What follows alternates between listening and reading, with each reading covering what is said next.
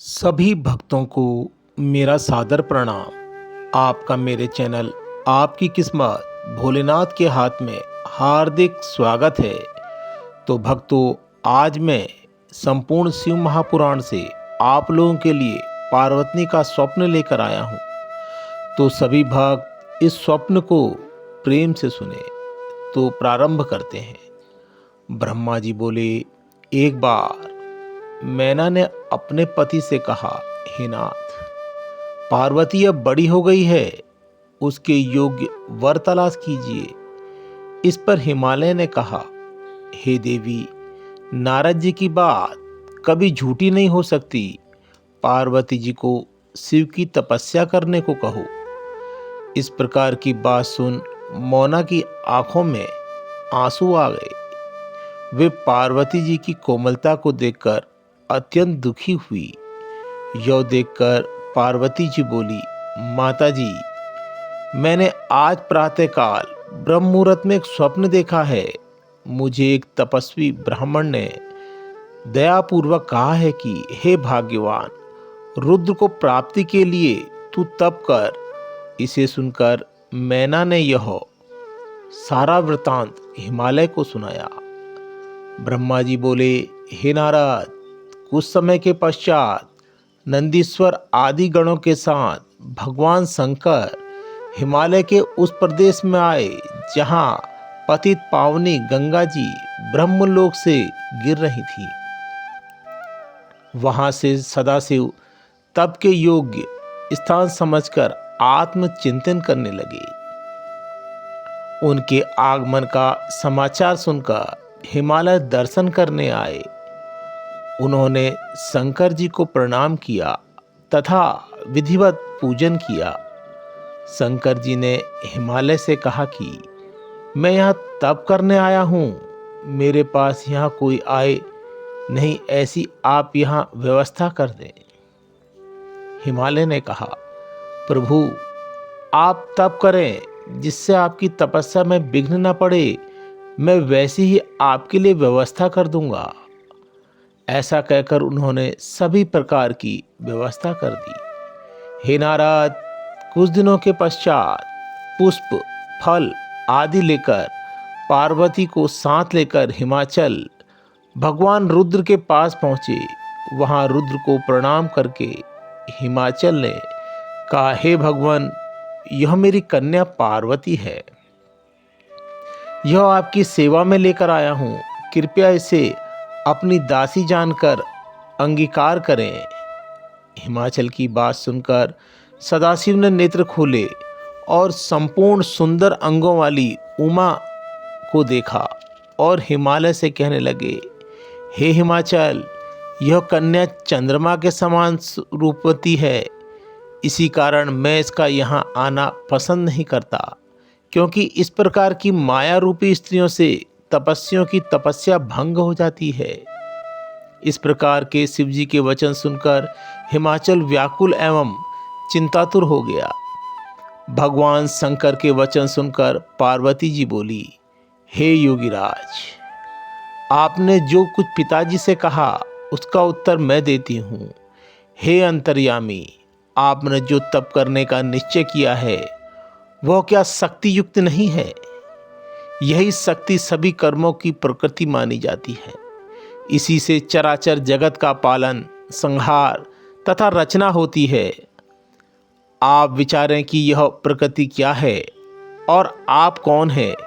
यदि प्रकृति ना हो तो शरीर तथा स्वरूप किस प्रकार? शक्ति का पूजन अध्ययन करें तो जगत का क्रम चलता रहे। यह सुनकर सदाशिव बोले, हे पार्वती जी, मैं तप द्वारा प्रकृति का नाश कर सकता हूँ।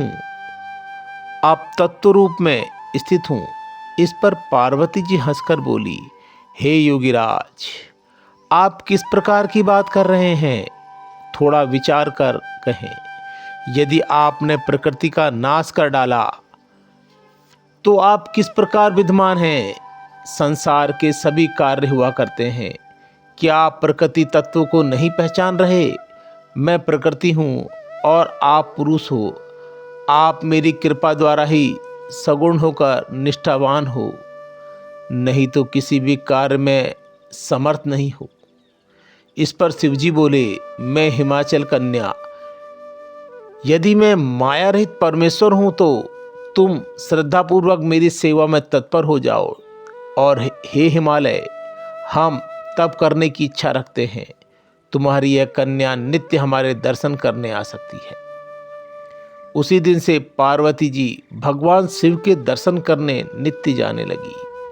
वहाँ सोन सांपचार पूजन करके नित्य चरणामृत लेती। इधर तारकासुर से भय से पीड़ित हुए मुनि तथा इंद्रकादिक देवता ब्रह्मा जी से बोले कि कोई उपाय करो जिससे शिवजी पार्वती जी को ग्रहण करें और हमारा कार्य सिद्ध हो। देवताओं ने कामदेव को भेजा, परंतु शिव पर उसकी कला का कोई असर नहीं हुआ। उल्टे शिवजी ने उसे जला दिया। नारद जी ने पूछा, हे ब्रह्मा जी, वह तारकासुर कौन था जिसने देवताओं को पीड़ित कर रखा था? शिवजी महाराज ने कहा, क्यों भस्म कर दिया? शिवजी की इस अद्भुत लीलाओं का वर्णन कीजिए। ब्रह्मा जी बोले, हे नारद, मरीचि के पुत्र जो कश्यप हुए थे, उन्हें दक्ष की कन्या दिति ब्याही थी। उससे हिरण्यकश्यप और हिरण्याक्ष दो पुत्र हुए, जिन्हें विष्णु जी ने 12 और नरसिंह रूप धारण करके मारा। उसके बाद दिति के गर्भ को इंद्र ने पेट में ही खंड खंड कर दिया, जिससे उसके 49 पुत्र हुए, जो मर्तगण हुए और वे स्वर्ग को चले गए।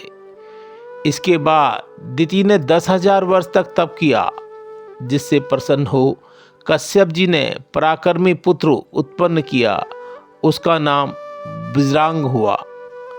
उसने माता की आज्ञा से देवों को जीतकर उनका राज्य ले लिया और ब्रह्मा और कश्यप जी ने जाकर उससे बंदी देवताओं को छुड़वाया। उसने राज्य भी वापस कर दिया और ब्रह्मा जी के उपदेश से सात्विक भाव वाला बन गया। ब्रह्मा जी ने उसे एक रूपवती स्त्री को उत्पन्न करके दी।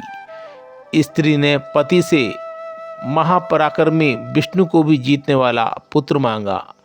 पति से ब्रह्मा जी की उपासना और तप करके इस प्रकार के पराक्रमी पुत्र का वरदान मांगा। ब्रह्मा जी वरदान देकर अपने लोक को चले गए। तारकासुर का जन्म और उसका तप।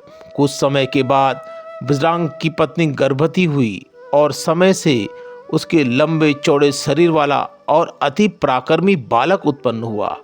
उसके जन्म के समय सारे संसार में भारी उपद्रव हुए, अपशकुन होने लगे। कश्यप जी ने उसका नाम तारकासुर रखा। थोड़े ही समय बाद वह पर्वत जैसा विशाल हो गया। उसके तप करने के लिए माता से आज्ञा मांगी। माता ने प्रसन्न होकर उसे आशीर्वाद दिया। तब उसने देवताओं को जीतने की अभिलाषा से मधुवन में तपस्या की। उसने ऊपर को बाहु करके, ऊपर को दृष्टि करके, एक पैर के अंगूठे से खड़े होकर, फिर हाथ की हथेली के बल खड़े होकर कठिन से कठिन 100 वर्ष तक तपस्याएं की। उसके तेज से देवलोक भी जलने लगा। तब मैं उसके सामने प्रकट हुआ। इस पर तारकासुर ने प्रणाम करके वरदान मांगा कि हे प्रभु, पहला वर यह दे दो कि आपके रचे संसार में मेरे समान कोई बलशाली ना हो, और दूसरा वचन यह दे दो कि भगवान शंकर के वीर से उत्पन्न पुत्र से ही शस्त्र द्वारा मेरी मृत्यु हो। तब मैं तथास्तु कहकर उसके लोक को चला गया। उसके बाद ब्रह्मा से आज्ञा ले शुक्लाचार्य ने दैत्यों का राजा तारकासुर को बनाया। तब वह देवताओं को पीड़ित करता हुआ दंड देने लगा। इंद्र ने तारकासुर से डरकर अपने इंद्रलोक का सारा खजाना, ऐरावत हाथी, उच्चैश्रवा घोड़ा आदि सब तारकासुर को दे दिए। ऋषियों ने कामधेनु दे दी। उसने पृथ्वी पर घूम घूम कर उत्तम वस्तु में ढूंढने लगा और वह सभी उसने अपने बल से छीन ली। वह देवता और पितरों के भाग लेकर इंद्र के सिंहासन पर बैठ गया। उसने देवताओं को स्वर्ग से निकालकर दैत्यों को बैठाया और इंद्रलोक का भी स्वामी बन बैठा। तो भक्तों, यहाँ पर मैं यह अध्याय समाप्त करता हूँ। तो अगर आप लोगों को यह अध्याय अच्छा लगा तो कमेंट्स बॉक्स में हर हर महादेव जरूर लिखें। कल अगले भाग में मैं तारकासुर का स्वर्ग का त्याग लेकर आऊँगा। तो सभी भक्त इस भाग को भी प्रेम से सुनना। हर हर महादेव, हर हर महादेव।